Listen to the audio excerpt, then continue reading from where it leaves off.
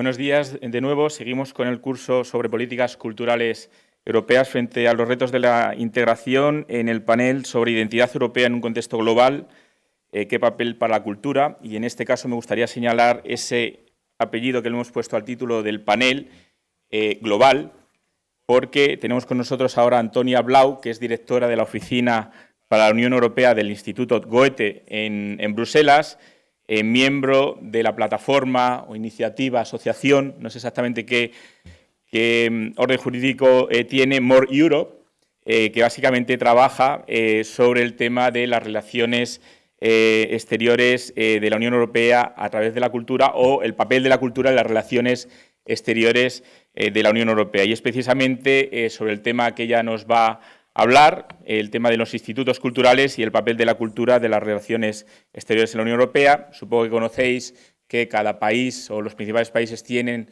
centros culturales como puedan ser el Cervantes, la Alliance Française, el British Council. Todos ellos están reunidos en una plataforma que se llama UNIC, con la que ellos trabajan muy de cerca, y creemos que es una experiencia importante y que nos hablen del tema, porque además recientemente han logrado algo muy importante para que se adopte un documento y una estrategia sobre el papel de la cultura en las relaciones exteriores de la Unión Europea. Antonia, el floor es yours.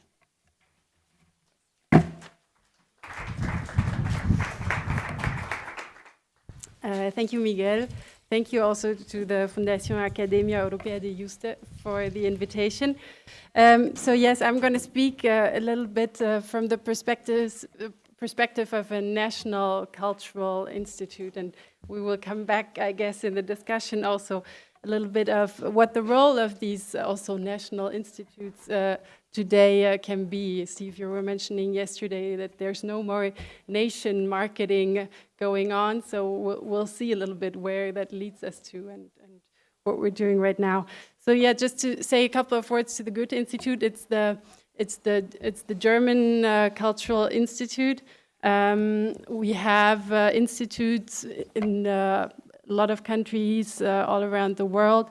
And I work in the Brussels Institute, and we have the small EU office there, which is something special. And if I had to describe a little bit the work that I'm doing, I think it's a translation, on the one hand, from European developments, discourses, policy developments towards the inside of the institution, of the Goethe Institute, so to kind of explain what's going on a European level and to bring that into the institution. But then at the same time, of course, it's also a translation towards Europe and the European institutions and other cultural actors on a European level of kind of how we understand cultural relations and of the work that we're doing. It was mentioned yesterday, and also just for the German case, to also explain a little bit that since the 70s there has been this paradigm of culture for all, and Hilmar Hoffmann was an important figure in this for this case, and he was also at one point the president then of the Goethe Institute. And so it was especially, it's like Nele just said, I think the understanding of culture we have is a very large definition. So it includes education, it includes sports, it includes food, religion, philosophy, you name it. I think what is important, at least for kind of our self-understanding, is that we're not part of the government. We are, like the legal status is this of a German association. So what we're saying, working at an arm's length of the government. We're not part of the ministry or of the embassy. And so we are pretty independent for anything that we do content-wise. And I think kind of the main words that describe our work are dialogue, our exchange, our co-creation, co-production. And I think within the last couple of years, or maybe the last decade, there has been also a paradigm shift within the institution, because Europe is now really part of the statutes, and it's also part of the strategies that we're doing, so kind of the official strategic aims. So we kind of have a European mandate, which is very important also for the different things that we're doing on a European level. So I'll speak about 4 different ways of how we act on a European level. First, there is, of course, European projects. So we have projects and we work with partners all across Europe, but we also work in third countries. And we develop these projects together, and then we do that. A very nice example that we just did in Brussels actually was, it was under the program Erasmus+, so not Creative Europe, which is also, of course, one of the main programs we're working with, but also Erasmus+. I'm trying to slow down with my translation, okay. The project was called Volunteers Welcome, and it actually brought together volunteers working with refugees in 6 different European countries, all of them very young people, between 20 and 30. And the idea was to actually bring them together to give them first already the feeling that this is a European problem, this is something that needs to be dealt with also on a European level, but then also to show very practical examples of how culture can be used in the work with these refugees, especially in the work with children and youth. And so that was just a small meeting that we did during 1 week, but I think it was very efficient. At least that's what we got as a feedback from the volunteers.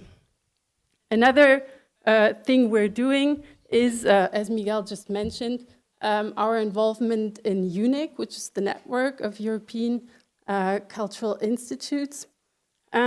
It is a very political network, I would say. The global office of UNIC is in Brussels, so we're also working with them kind of strategically, but there are also clusters of the UNIC members and about 100 different places in Europe, but also abroad.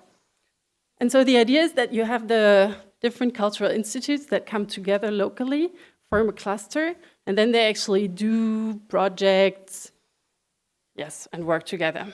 Some of those clusters work very well, others don't, and I mean, you can imagine that with the 27 different members, it's very heterogeneous. There are lots of different interests, lots of different also political interests. So it's sometimes negotiations and cooperation take their time, and it's not so easy, but still, of course, it's a very central network. And right now, UNIC is also trying to position itself as kind of a privileged partner with the European institutions, because of course they are kind of representing all the different national institutes. So right now they're talking also about a memorandum of understanding with DG EAC and the External Action Service to be working together more closely. So of course they're kind of, the body where everything comes together. And then what we're also doing is kind of maybe more in an advocacy level. And Miguel was mentioning this initiative, which is called More Europe, and which was actually, which we co-founded in 2011. And the idea was really to advocate for the role of culture in the external relations. We already, Mercedes and Cristina mentioned already the joint communication. I'll say something about that and a little bit also about the background in a second. But that was a very important communication that came out and that the sector was waiting for a pretty long time this June, and it was presented by Federica Mogherini. And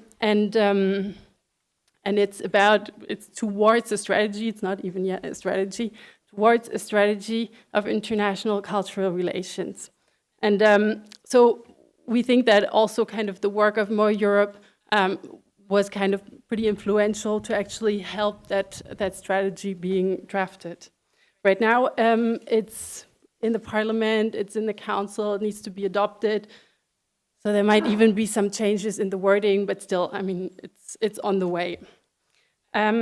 If not, More Europe, actually what is very unique about that, it's that it's a public-private partnership. So you have national institutes, but you also have private foundations, which is pretty important because, of course, they also bring in another perspective.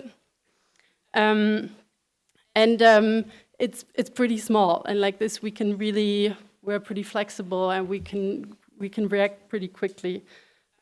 What we do next to more of the advocacy work is specific workshops that we organize with policymakers from the European institutions and cultural actors. So what we did, for example, was a workshop on Ukraine, and just this summer one about Iran. And what was really interesting, I thought, was the way that a communication was taking place between these policymakers who would usually probably not meet independent artists or initiatives from Iran or also from the diaspora. And also the freedom with which the artists were very clearly stating, okay, this is what we need, or this is what we expect from Europe. And I think those kind of workshops make a lot of sense also to challenge and to deconstruct in a way maybe the assumptions that policymakers might have of a country and of the cultural scene in the country. And for the next 2 years, we were thinking of working mainly on Syria and conflict management there, and on Turkey, and the role of artists and civil society. So those are kind of the things we're doing with More Europe. To say a little bit more about this strategy now, about this joint communication.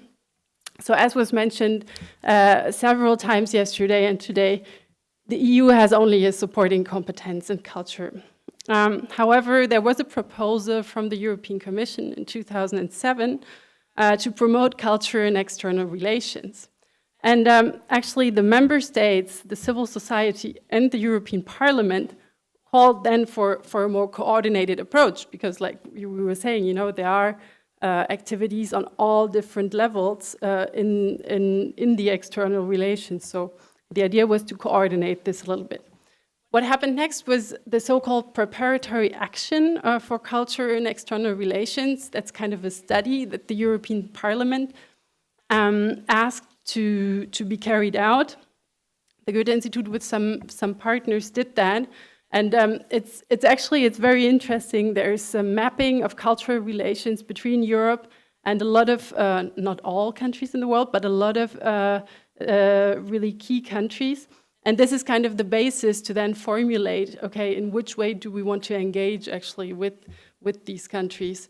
One of the very main thing that was highlighted in this study was that if Europe wants to engage with culture in the external relations, the idea should really be that of a mutual learning and a mutual sharing of experiences. The preparatory action was presented to the European Parliament March 2015, and at the end of last year, the Council then called on the Commission to prepare a strategic approach. So this is how this joint communication, this strategy that Mogherini presented now came into place. It took long, but still it was very much expected. I'll say something maybe about the objectives and the principles, and there was also an example already in Christina's presentation. It sounds very good, but I think that's important to say that before I come to the problems of the strategy, but to at least say what is there now. So the three main objectives are supporting culture as an engine for sustainable social and economic development, promoting culture and intercultural dialogue for peaceful intercommunity relations, and reinforcing cooperation on cultural heritage.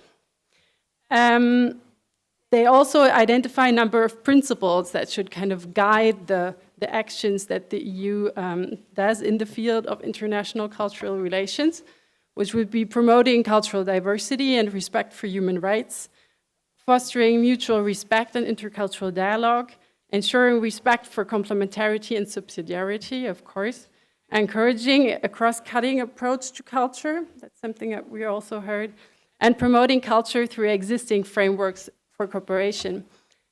And starting with this last point, I think this is also one of the main problems of the strategy.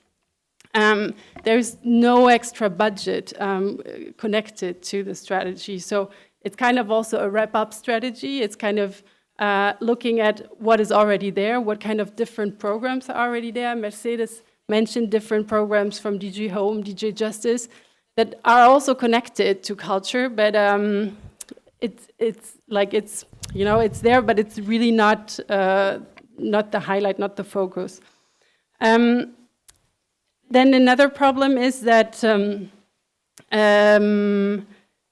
Mogherini actually, when she announced the strategy, she talked about Europe being seen as a cultural superpower. I think already this word shows that the inherent problem also. I mean, that's exactly not the idea of cultural relations, to kind of go to third countries in a post-imperial or in a rather colonial legacy. So I think it's really a matter also of wording. And I think the communication around the strategy is, you're saying that it's not just a question of wording, at least. I think also it's very important to be very careful about how you communicate about things and what is behind, of course. And that brings me to the marketing. Are we actually now going into, if there's no more national marketing, is it now a pure EU marketing? Because of course that's also not what is kind of understood by cultural relations. And I think what is also very important and what is missing to a big part in the strategy is the inclusion of other actors. How is it exactly going to be implemented? And if you want to talk about cultural relations, you have to take into consideration the actors of civil society. You have to take into consideration artists, smaller initiatives. So how do you actually engage with them? So this is also kind of a thing that is missing. I think the timing was also not so good for the strategy. It was the beginning of June, so a couple of weeks later we had the vote for the Brexit. The global strategy by the External Action Service was presented, which actually does not talk about culture. So what Mogherini said, that culture should be at the heart of the European external relations, we'll see. But right now, the strategy really doesn't seem to have a lot of impact, but we'll see where it gets. I think what is important for the strategy is kind of things like, nuancing. There should be a good coordination. There should be a lot of listening.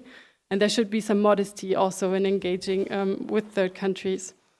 So actually, one of the tools to implement the strategy is the so-called cultural diplomacy platform. And this is actually where the Goethe Institute comes in again, because we're with a consortium with other cultural institutes, but also with a foundation, also with Beaux-Arts, which is a cultural place in Brussels. We're kind of coordinating this implementation, let's say. The idea is to advise the External Action Service and especially the EU delegations in third countries, because they have this new strategy now, but they don't know what that means, and they don't really know what kind of impact that will have on their work, and how cultural diplomacy, which is already a word that we wouldn't use, how culture, can be used or should be used in their daily work. So the idea of this platform is actually that the requests come from the delegations, that they tell us, okay, we need a mapping, we need an event for this topic. Right now, the External Action Service told us that they will probably be concentrating on Russia, on Tunisia, and on Iran. kind of as the first countries. And then what we're doing is to work with independent experts. So we call on European or also other experts for these countries or for a specific theme, and we will then prepare whatever, like a mapping, a policy paper, or something else. But something that just started, and it's rather slow. So we'll see where it gets. But this is also one of the things we're doing. So all of this is mainly kind of external EU relations. We're also working with DG EAC for an inner European project, which is called Voices of Culture. It's actually the process is interesting. The DG EAC is having an exchange with member states on the one hand, and with the civil society on the other hand, about different topics that they identify in their work program.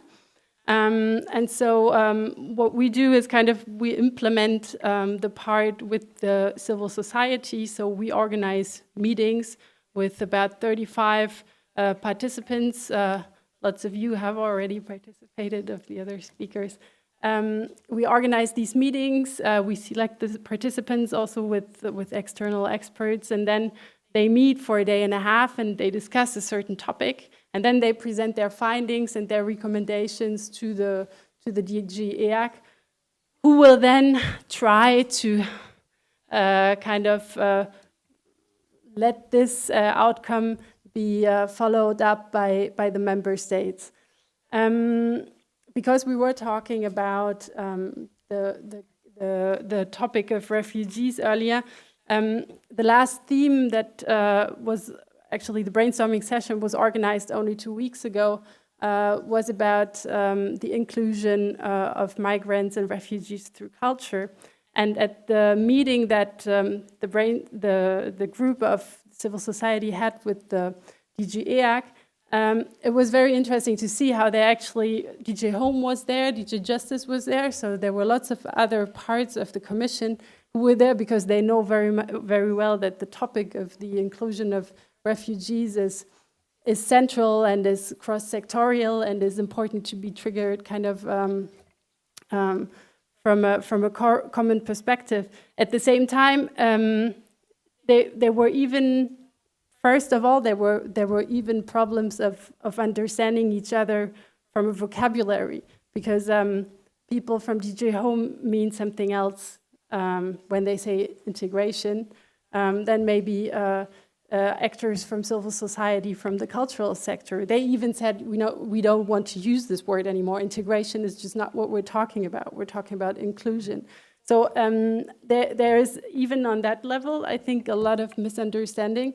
However, I think it's the right way, and I think it's the only way to bring people together and discuss these kind of topics. So yes, I think that was a good summary of what the Goethe Institute as a national institute, but that has been shifting also, I think, in its self-understanding and in its role, and is right now trying to position itself also on a European level, in a way in between the European institutions and civil society. And so, yeah, that's it. Thank you.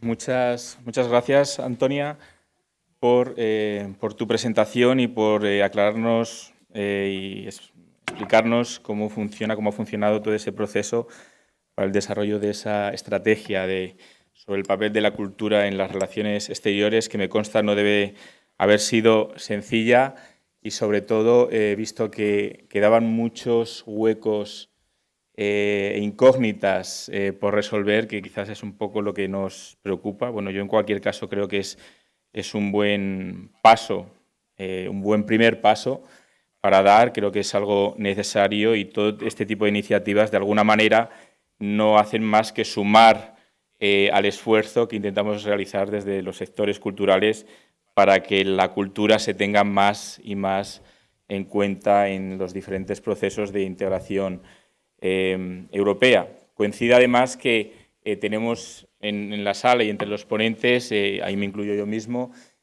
organizaciones y personas que hemos participado directamente en ese proceso, ¿no?, de diálogo con la sociedad civil, como es The Voices of Culture. Nuestra fundación ha sido miembro, Guido también ha estado en esas reuniones, al igual que hemos estado en otro tipo de plataformas, ¿no?, que ha habido anteriores sobre el multilingüismo.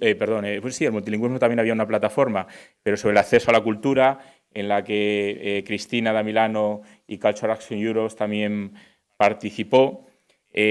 A mí, si me permites, quería romper el hielo, ¿no?, porque es algo que siempre nos queda como incógnita, y como tú estás más metida en el proceso, y es algo que debatimos siempre después de las reuniones, e incluso anoche tocamos el tema, es hasta dónde llega esa reflexión, esa participación de las personas y de las entidades de la sociedad civil que entran dentro de ese diálogo, ¿no? Bueno, hemos tenido ya dos procesos diferentes, el de las plataformas, ahora es de The Voices of Culture. ¿Hasta dónde llega eso a la hora de realmente influir? ¿Qué es lo que realmente nos preocupa? Y a lo mejor, bueno, pues a lo mejor también lo que se puede preguntar un poco la audiencia, ¿no? ¿Realmente ese diálogo es efectivo? Quiero creer que sí, pero a veces tenemos nuestras dudas, intentando ser lo más políticamente correcto.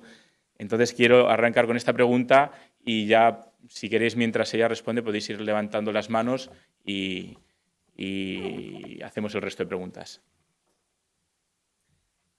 Yeah, I think that's the crucial question, actually, within the whole process of the Voices of Culture.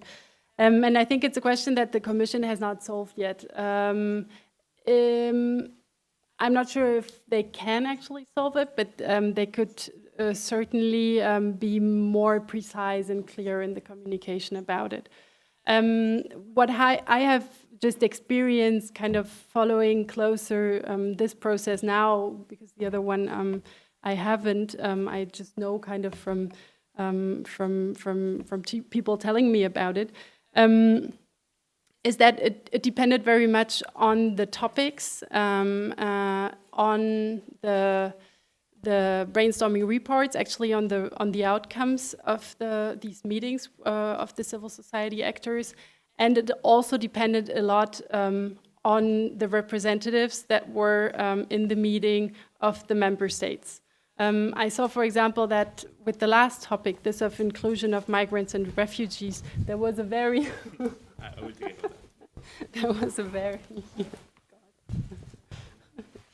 European flag will fall down. Well,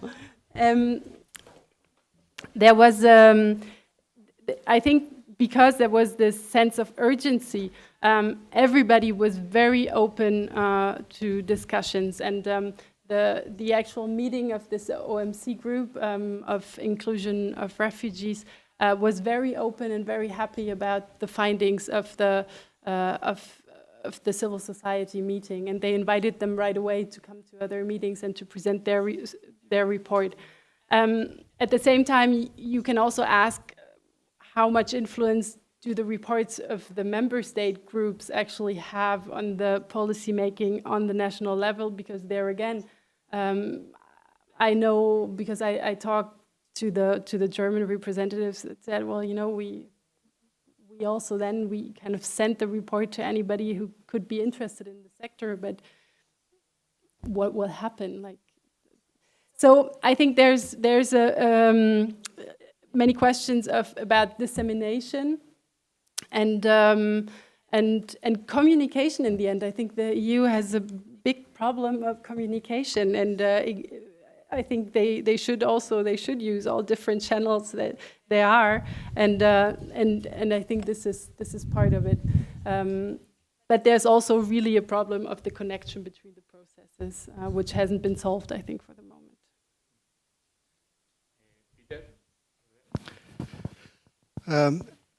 I'm afraid that the Eastern member states, the official network of the Eastern member states, didn't contribute very much to this process. This is my anxiety, my worry. Perhaps you can say the opposite. Well, because as far as I can see, most of the networks in our countries are still communicating national marketing rather than European cooperation. But perhaps you, from your experience, you can cite some good examples. And the question that links to this, most of those countries that I'm talking about have much smaller networks than Goethe Institute, the British Council, and so on, or no network at all, like Slovenia, like Latvia, and so on.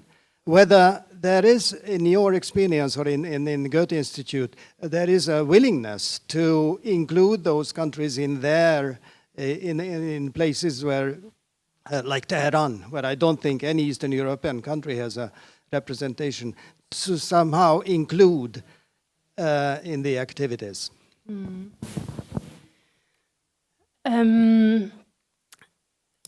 When you were speaking, you were referring now to the process of the joint communication of culture and external relations, right? In the first part. Yeah. It's true that I think some of the institutes from Eastern European countries, especially now, and especially in the most recent past, they have a problem because they're saying we don't have a European mandate. Actually, we can be part of UNIC, for example, but we can't really do anything because we have this kind of official responsibility to advocate for our national culture, and they really they don't have the legal base sometimes to really go further. It also depends, of course, on the people.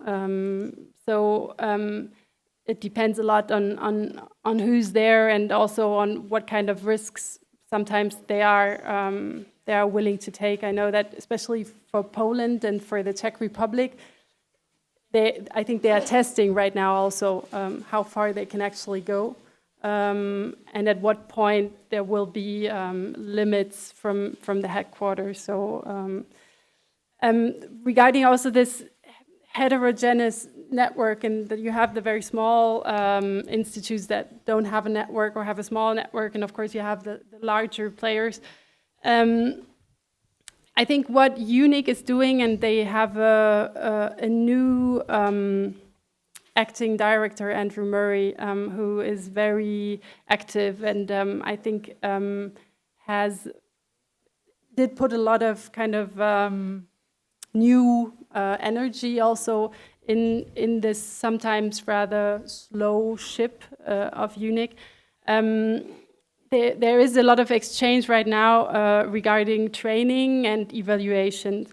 And what we're doing is really kind of collecting the information from all the institutes. And the idea is then that we actually kind of everybody benefits from everybody, so that there is an exchange, and that there, especially now training and, for example, intercultural competences, things that maybe the Goethe Institute would even do internally with their members, but maybe smaller institutes don't have that. So the idea is that, we can actually benefit from each other, and they could also benefit from the training that is already available also in the British Council or elsewhere. So there are kind of these ideas that the smaller can benefit from the bigger ones, but at the same time, the bigger ones might benefit from smaller ones when they are in places, for example, where the others are not. The Austrians, for example, are very active in Tehran, where the others are not really, and the Austrian Cultural Forum is rather small as well. So I think there is kind of, at least, the wish to make that, to level that out a little bit. Guido. ¿Alguna pregunta más? Bueno, pues un aplauso a Antonia. Muchas gracias y bueno, pues como hemos dicho antes...